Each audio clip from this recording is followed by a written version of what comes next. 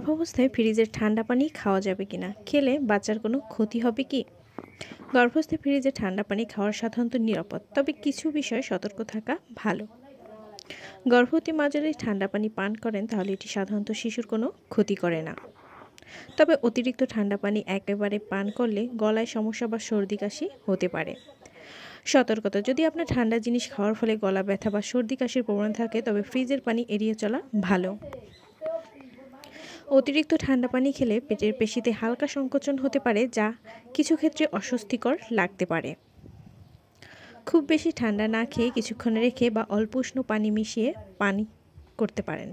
পর্যাপ্ত পরিমাণে পানি পান করা জরুরি, তাই আরামদায়ক তাপমাত্রা পানি বেছে নিন। যদি বিশেষ কোনো শারীরিক সমস্যা অনুভব করেন তাহলে চিকিৎসকের পরামর্শ নিন। সুতরাং মাঝে মধ্যে ঠান্ডা পানি খাওয়া ক্ষতিকর নয়, তবে অতিরিক্ত ঠান্ডা এড়িয়ে চলায় ভালো।